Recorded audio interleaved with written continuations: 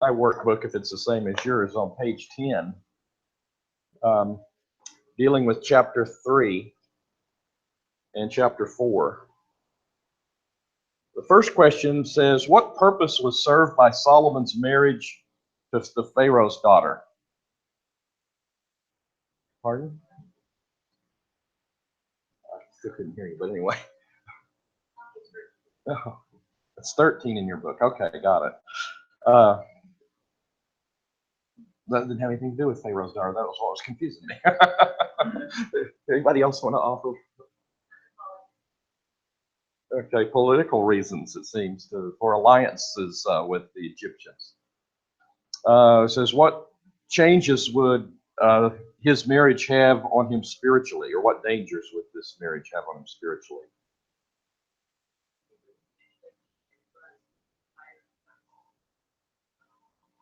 We know that some of these foreign wives turned his heart away from the Lord if they weren't converted to the Lord, and many of them weren't. I don't know about Pharaoh's daughter, but we know that some of the foreign wives did lead his heart away. Describe the state of worship when Solomon became king. Well,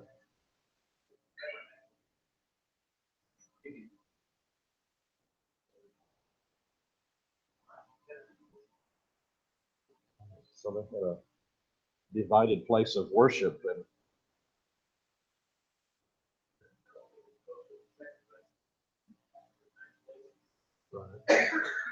so that's never approved of in the book of First Kings, is worshiping on the high places. But they did have kind of a unique situation when Solomon offered up the sacrifice there in this chapter.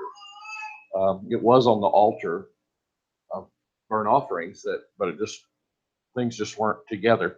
It says, why did Solomon go to Gibeon to offer his sacrifice?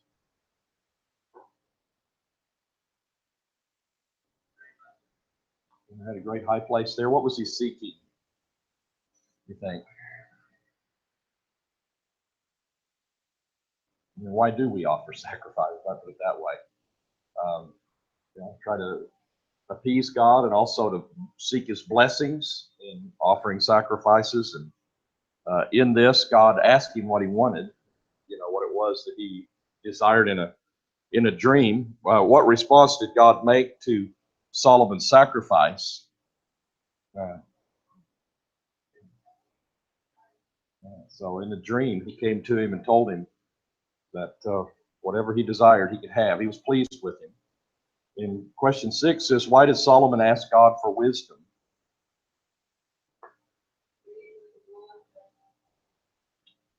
He said he was a youth, and he didn't know how to judge this great people and go in and out. And so God was well pleased with that request that he made on behalf of others, not selfishly. And question 7, what did God give Solomon? He got the wise, discerning heart, and then he got some additional things that he didn't ask for. Well, he got the wealth and power, honor, power over his enemies, peace. Where did Solomon offer worship in Jerusalem? Before the Ark of the Covenant, so that it was in the tent that David set up in Jerusalem. He offered peace offerings there. Give an example of Solomon's judicial wisdom. What's the great example that showed to the people how wise he was? The two harlots, and whose baby did it really belong to? He was able to discern, get them to show who was the true mother of the child. What should we perceive about Solomon's government from the record in chapter 4?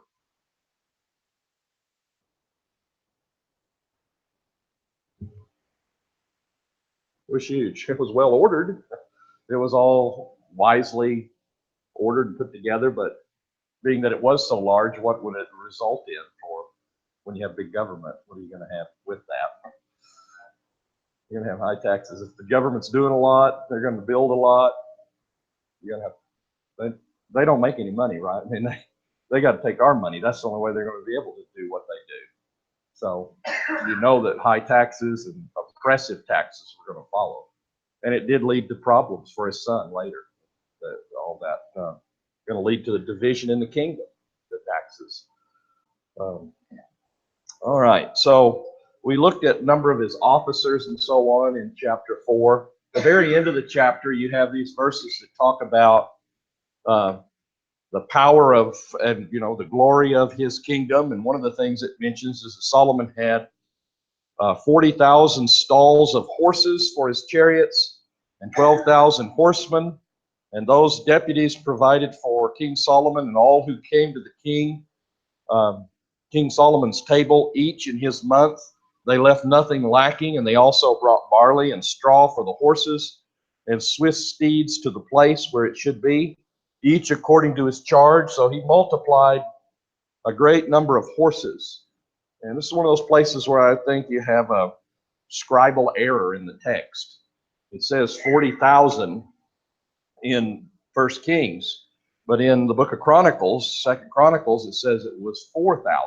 And that is a much more reasonable number for the number of chariots that he had. They usually had 2 horses that pulled the chariots, and then you had an extra horse to go along with that. And with the number of chariots that he had, it seems that 1,400 chariots, that it would make more sense that there were 4,000 stalls for those horses, like it says in Chronicles. Like I say, that where there is a problem in our that's been handed down to us, it's always some inconsequential thing like this that really doesn't matter. And fortunately, in this case, you have 2 different inspired accounts that you can compare together and see if there was a copying error. And usually it's with the numbers that they have problems over the centuries, copying these things one after another. They're so careful in their copying that they didn't do editing as they went along. So if a mistake did enter in, they just keep copying it. That I don't know how slight a difference there is in the Hebrew word for 40,000 versus 4,000, but evidently it's not much to make that error.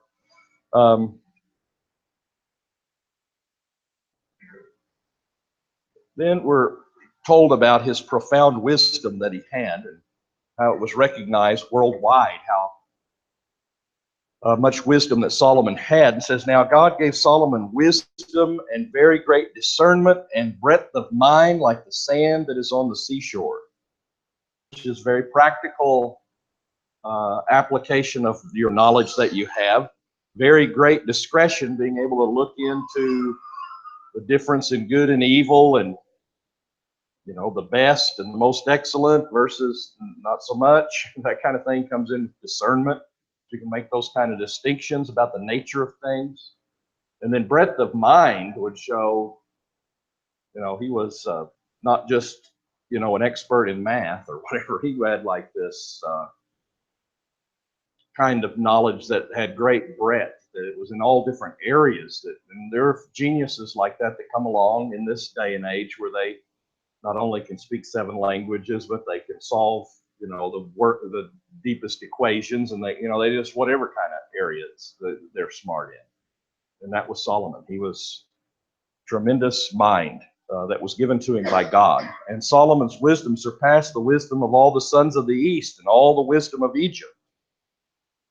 For he was wiser than all the men, than Ethan the Ezrahite, and Heman, and Kolkol, and Darda, the sons of Mahol, and his fame was known in all the surrounding nations. So people heard about this great wisdom, and we know the Queen of Sheba comes from the end of the earth to come and hear him later, find out all of this wisdom and see it for herself. He also composed 3,000 proverbs, and his songs were 1,005. Shows how few of these things have come down to us that Solomon wrote. There's less than 1,000 proverbs in the book of Proverbs. So there's a lot of them, the Holy Spirit didn't include in the Bible. There are 3 songs of Solomon in the Bible out of that 1,005. I think it's Psalms 72 and 127, and then the Song of Songs, or the Song of Solomon. So there are 3 that are given to us. And he spoke of trees and of the cedars that are in Lebanon, even to the hyssop that grew on the wall. He spoke also of animals and birds and creeping things and fish, and men from all people to hear the wisdom of Solomon, came from all people to hear the wisdom of Solomon, from all the kings of the earth who had heard of his wisdom. So, such understanding about all different kinds of observation concerning agriculture and all the different kinds of plants, and also about the animals, and tremendous mind that Solomon had. We know from Ecclesiastes that didn't lead to happiness, though, that he had all that knowledge. He said with increasing knowledge, there's increasing pain. You find out that what's crooked can't be straightened. You can't fix things, even though you know everything, and I can understand all about it. Still, this is a wicked world, a crooked world, and you still can't fix it all. But no matter how much you learn, what do you also learn? There's that much more you don't know. No matter how broad your mind is, you can't learn it all. There's always another question, another thing, another depth you got to go to, and you can never get there. So he had tremendous wisdom, but there's one greater than Solomon that has come, and that is our Lord Jesus Christ. He is the Word of God in the flesh, much greater than Solomon. Perfect divine wisdom. All the treasures of wisdom and knowledge are in him when it comes to how to save your soul and how to get to heaven. And we look to him for everything when it comes to wisdom concerning salvation and redemption. So Solomon was great, and he was wonderful in his knowledge and wisdom, but nothing in comparison to what the Lord can do. Think about the quality of spiritual wisdom for the soul that's going to get you to heaven versus knowing a lot about birds and animals and stuff. I mean, I'd rather have what can get us to heaven, right? What's going to last is what Christ brought to us. Then we have the construction of Solomon's temple that is described in chapter 5 and 6. And it is a tremendous temple that is built. We might be reminded that all of this was laid out by David under the direction of God, and the Holy Spirit's power was on David to write the plans and to draw up how to build a temple. So it's not a man-made structure in the sense it had a divine plan, just like the tabernacle. When you look at the measurements of the temple, it's basically twice as big as the tabernacle. As far as length and height and all that, like you just double everything, pretty much, is how it's laid out. And it has great grandeur, but remember, this is only foreshadowing. This is just a shadow of the temple of God, Jesus Christ. He's the temple, right, with us, God dwelling with us, and the church. And every individual Christian is a temple. So this temple's grand and all, but it's just foreshadowing the greater temple, which is Christ in the church. And then there is that upper dwelling place we're going to be in heaven that Revelation talks about. It's described as the temple of God. And so this is just as glorious as it is, it's just a pale imitation of what heaven is. So you're trying to picture heaven here on earth, or the church with a building. Something much greater is coming, to where this won't even have any glory in comparison. But it's a glorious temple, I guess, in the eyes of men in an earthly sense, that Solomon builds. The site, of course, was selected by God. That's on Mount Moriah, the same place that Abraham offered up Isaac, in the same place where David offered the sacrifice to stop the plague that came against Jerusalem, and he bought that land and set it aside for the building of the temple. It's to the north of Zion, the city of Jerusalem there, and the headquarters for the government. So just across, facing the rising of the sun in the east. And The Mount of Olives is across the valley there, the valley of Jehoshaphat, the valley of the Kidron in the New Testament talks about. And Garden of Gethsemane would also be on the side of that hill, the Mount of Olives there, down further in the valley. So kind of get the layout there of where it's at. Preparations for the temple. We're told about how he makes arrangements with Hiram to get all of the workers that they need to construct this temple. It's going to take them 7.5 years to build this great structure. It's going to last up until the time of the Babylonians when they come in and destroy the temple. It says, now Hiram, king of Tyre, sent his servants to Solomon when he heard that he had anointed him king in place of his father. For Hiram had always been a friend of David. And Solomon sent word to Hiram saying, you know that David, my father, was unable to build a house for the name of the Lord, his God, because of the wars which surrounded him until the Lord put them under the soles of his feet. But now the Lord my God has given me rest on every side, and there is neither adversary nor misfortune. And behold, I intend to build a house for the name of the Lord my God, as the Lord spoke to David my father, saying, your son, whom I will set on your throne in your place, he will build a house for his name, or for my name. So a man of peace, Solomon's going to build a temple. God has fulfilled his promise to David by putting his son on the throne. He's a man of peace, so he's the proper one to fulfill the prophecy. And it came about when Hiram heard the words of Solomon that he rejoiced greatly and said, blessed be the Lord today, who has given to David a wise son over his great people.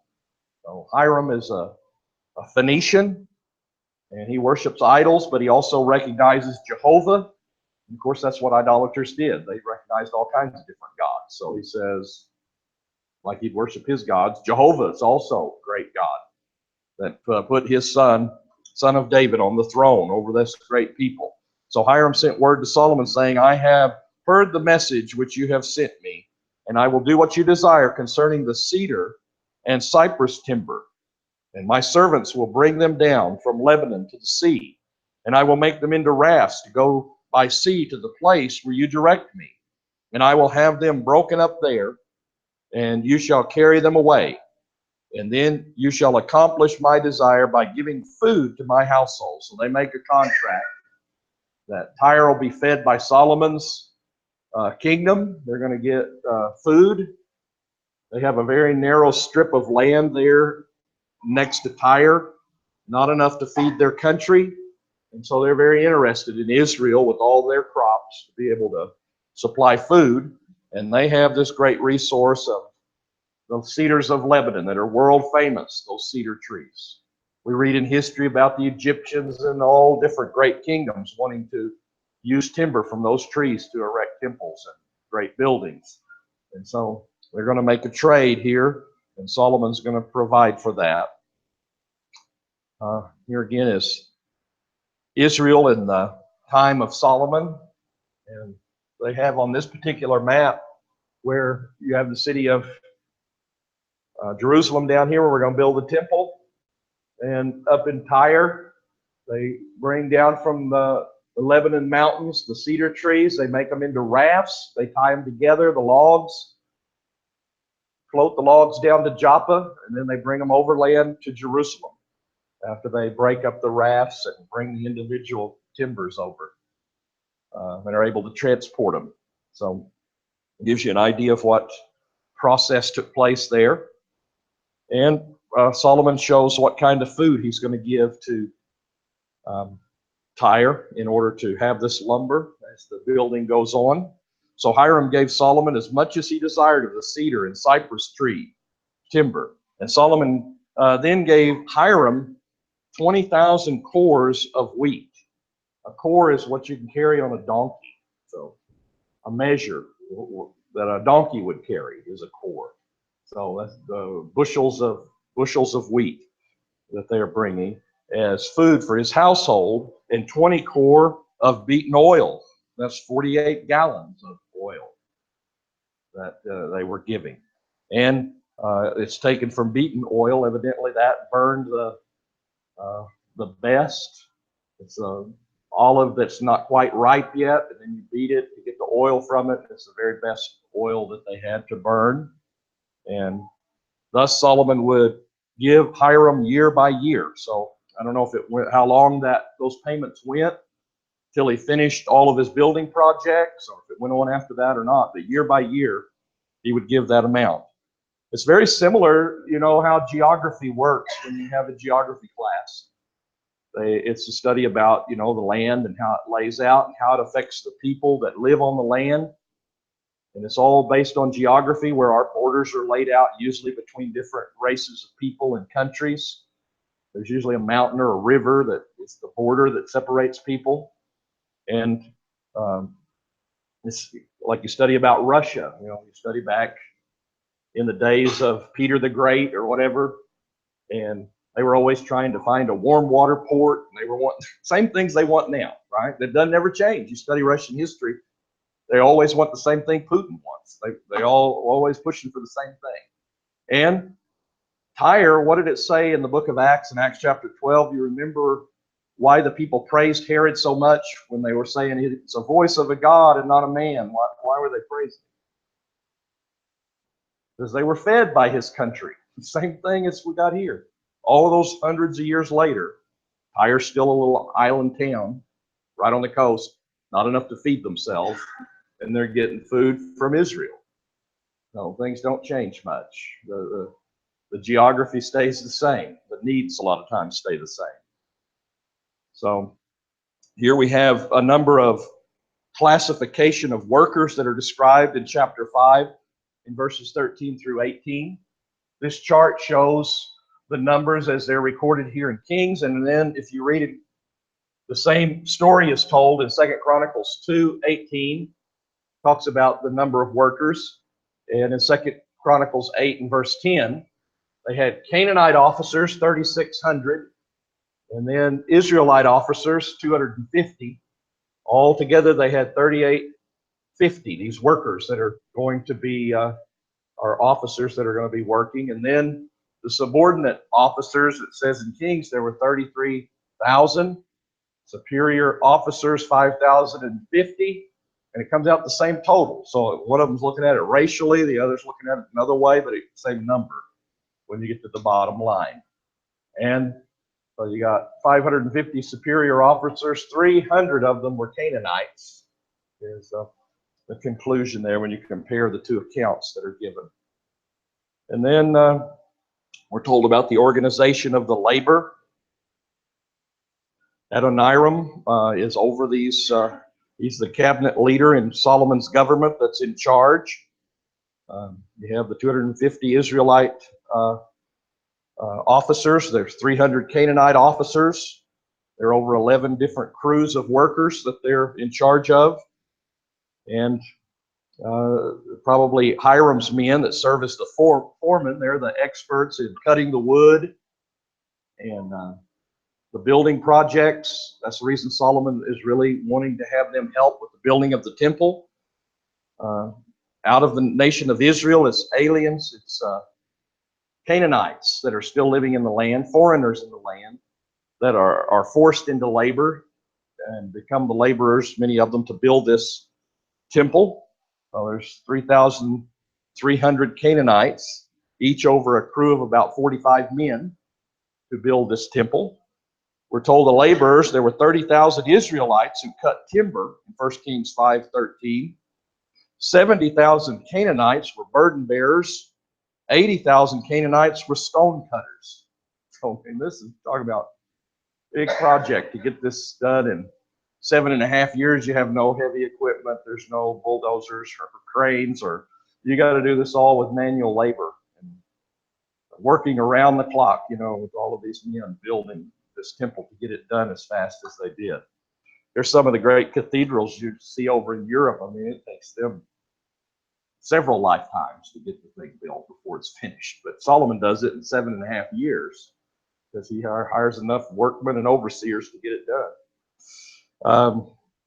It says that altogether there's 30,250 Israelites and 153,600 Canaanites. So There are both people of Israel and these foreigners that live in the land that work together to build this temple. It's kind of, I think about the church. The church isn't it quite a bit different, or even the tabernacle. It was all free will offerings that built the tabernacle. And in the church, it's all free will offerings that support the church, right? We all give as of our means.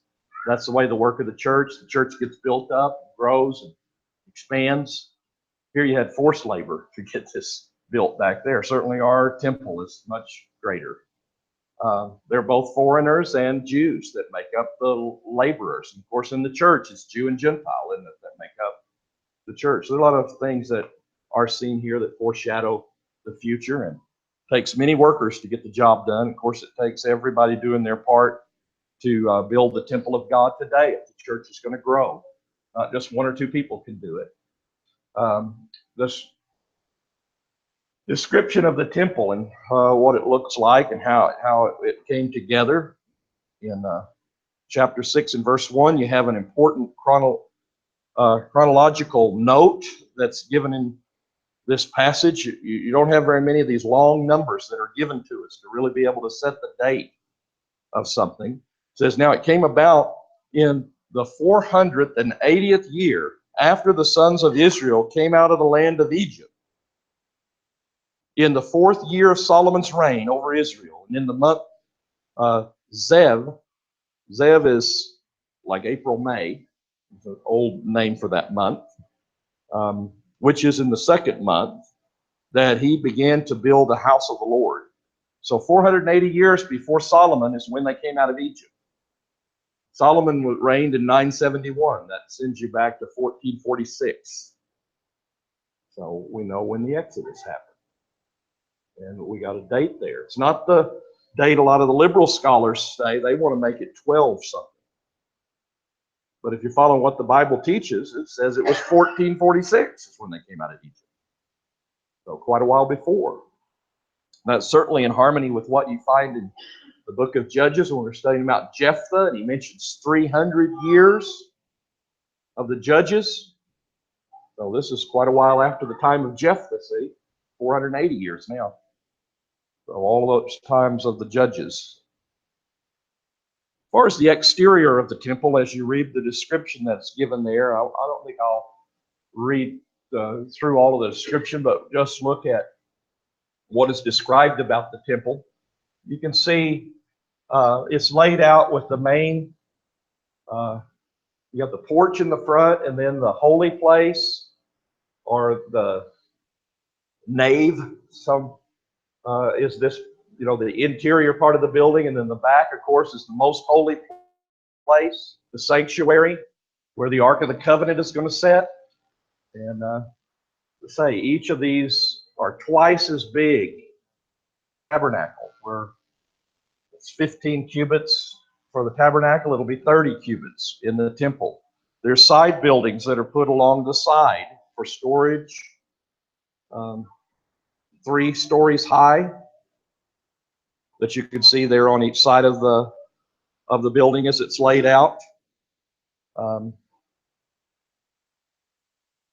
Here's another picture. It shows the distances, cubits. In the tabernacle, it was 20 cubits. In the holy place, here it's 40 cubits. The porch is 10 cubits. A cubit's from the tip of your finger to your elbow, about 1.5 feet. So you have the most holy place in the tabernacle was 10 by 10 by 10. In the temple, it's 20 by 20 by 20. In heaven, how's it described, that great city Jerusalem where we're all going to dwell? It's 1,500 by 1,500 by 1,500. Room for everybody in that four square city we're going to be a part of. But it's foreshadowing heaven there in the back room. So 90 feet long, 30 feet wide, 45 feet high. There's a lot of church buildings bigger than that, right? I mean, it's, as far as the temple itself and the part for worship, where the priests were working, wasn't all that gigantic. Now, the building is certainly is going to be expensive and beautiful like nothing else, because it's all covered with gold on the inside. But as far as the dimensions of it all, not all that overwhelming. And those side buildings that are described, it describes them as the first level was, it's 5 cubits. Then the second floor, it's 6 cubits. Then the next floor, it's 7 cubits. Evidently, it was set in a cubit here so that they didn't have to, they had the wall set back in. So you could put the beams on for each floor, is sort of the picture that people have of that. You have an upper chamber up above the place of worship where it's 30 cubits high. There's another 20 cubits up above that, an upper chamber. It goes up above the holy place, the most holy place. So there's another way of looking at it. You have the porch on the front. Then you have the house, or the nave, or the holy place. And then the oracle, or the most holy place, in the back. And then up above it is an upper room, an upper house. I don't know if some tradition says they stored the original furniture from the tabernacle in that upper room. Well, I don't know that. It doesn't say in the scriptures what it was used for, that up above the most holy place. But there was another part of the structure up there. This mentions these windows that they had made out of lattice work that's on the front of each of those rooms, or on the side, that are pictured there. And those were permanent, I guess, fixed windows they didn't have windows, but they're a lattice made out of like wicker or whatever, windows that let light in. And then they have windows along the side to let light in to the holy place. But mainly it's lit with the candlesticks that are inside.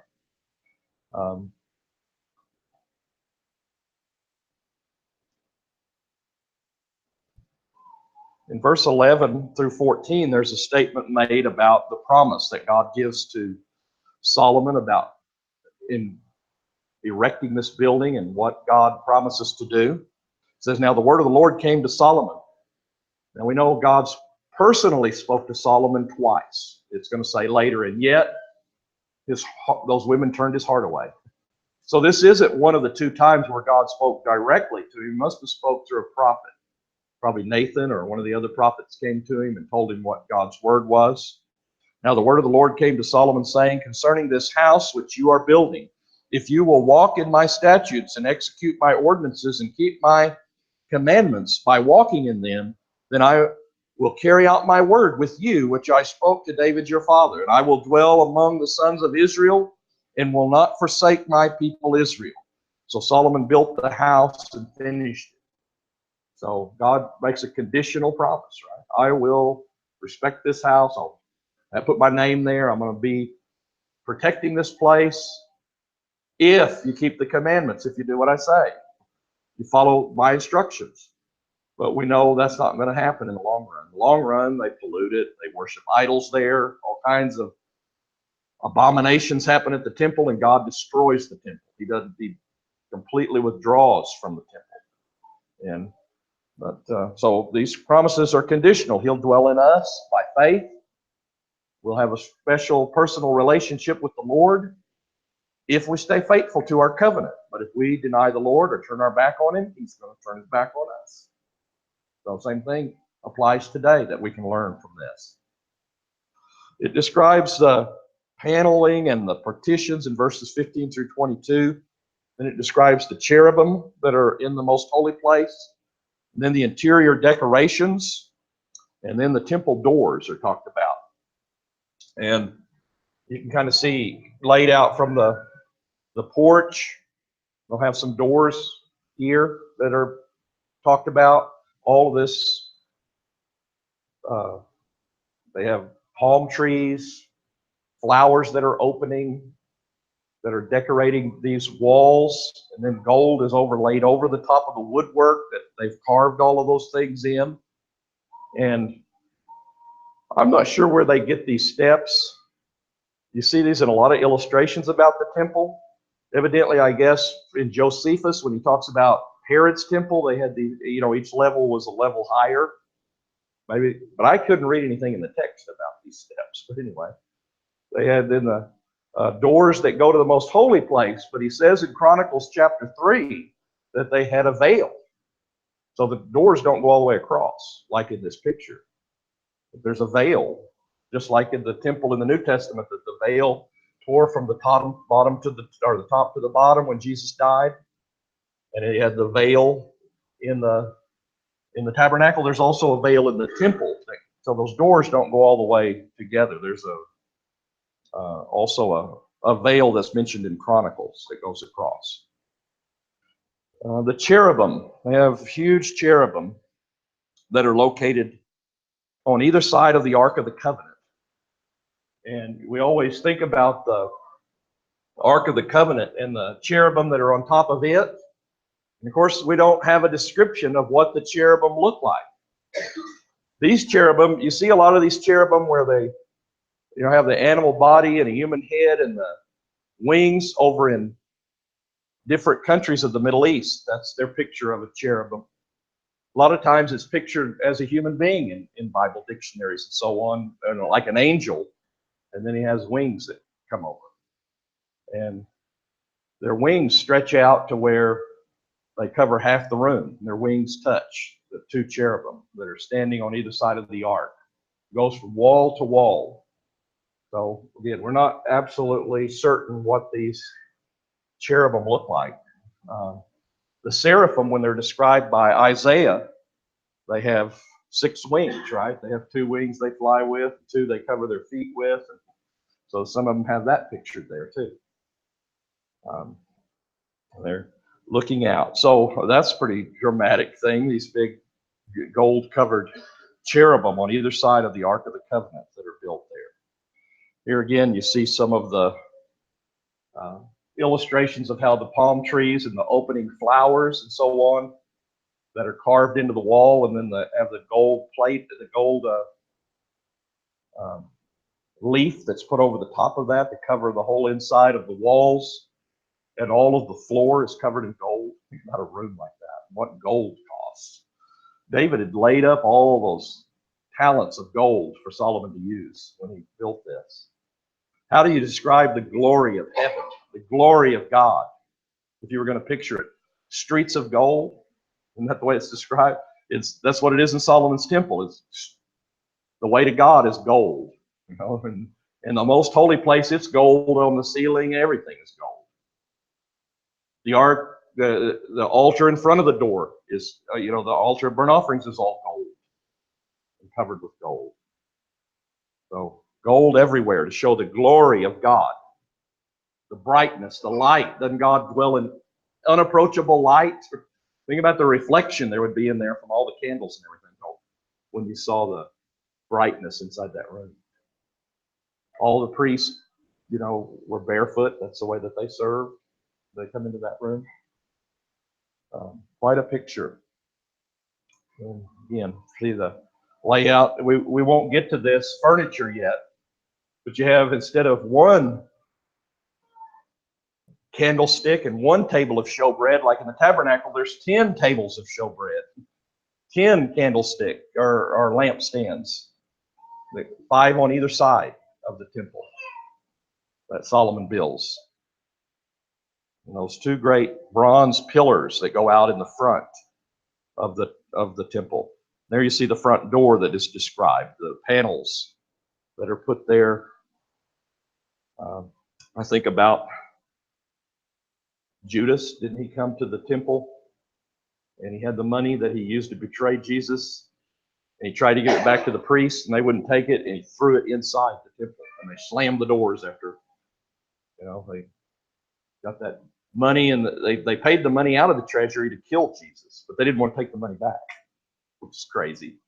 They ended up buying at Potter's Field to bury strangers in. That's where it turns out he ended up hanging himself in that same field. So, details about the construction. And he built the inner court with 3 rows of cut stones and a row of cedar beams. In the 4th year of the foundation of the house of the Lord was laid in the month of Zev. And in the 11th year, so there's where you get the 7.5 years.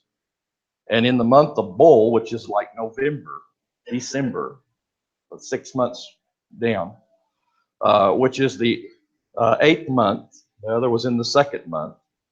The house was finished throughout all of its parts, according to all of its plans. So he was 7 years in building it.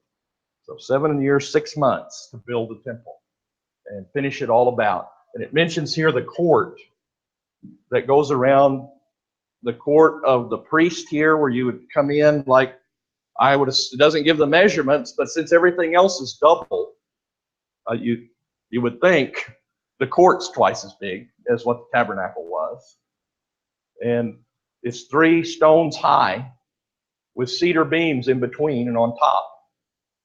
And later on, it talks about the people that are surrounding in the outer court when the fire comes down on the altar from God, that they all see it. So a lot of people think it was short enough that you could see over it and see what was happening in the courtyard. But there's a court there for the priest where you go in to offer your sacrifices and take the animal in to sacrifice, just like at the tabernacle.